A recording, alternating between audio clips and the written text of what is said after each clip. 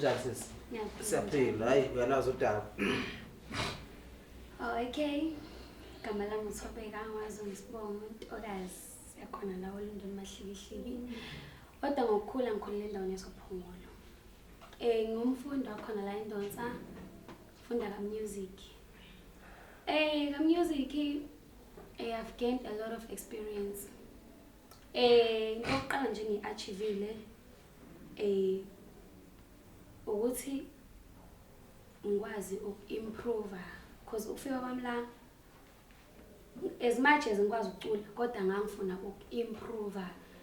Angifuna ukuyibona ngilo Beyonce uthisha ehleze ngibiza ngayo ukuthi yazi manje Beyonce. nango Beyonce manje. And I think lokho sengiachievile even though ngakuachievanga ngaleyo ndlela kodwa khona I'm getting there. Okunye ngakuachieve is to learn music business. Yeah. Kungisizile futhi ukufunda music business cause ngike ngasebenzisana namanye ama-artists before.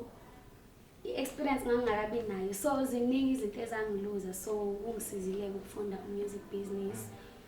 Okunye futhi ngiachievile i-teamwork, ukusebenzisana ne-team, ne-band, ukucula live, ongangihlezi ngifisa ukucula nje ngibambe i-mic, phambi kwabantu stage, ukuperforma and everything. Yeah, so njengamanje nezinto engingakayi-achieve engisafisa ukuyi-achieve. Ngirecordile khona la ekhaya eNdonsa, ngirecorda uThisha uMelsoul. Yeah. Esengifisa uku-achieve njengamanje ukuthi lezi ngoma esengiyirecordile ngiyafisa nje ukuthi ngikwazi ukuyimaketha ngiyikhiphe. Yona into engiyifisayo njengamanje nokuduma-ke Nkosi yami niyawathanda amehla abantu. Ngiyathanda nje ukuduma. Can't wait ukuthi nje mase ngikhiphile I pray nje nokuthi ingoma yami ivele ithi boom. Yeah, lokho nje. Shane izandla. Sabonga u-implementa indaba ye-music business because vele uma uyi-vocalist you speak of i-business. Kodwa uma uyi-instrumentalist ku-rare ukuthi ukhulume ngo-music business nani yabo.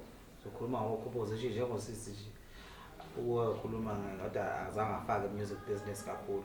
So i-interview yethu i-mixed is a mixed culture inama-instrumentalists and also vocalists. Yabo.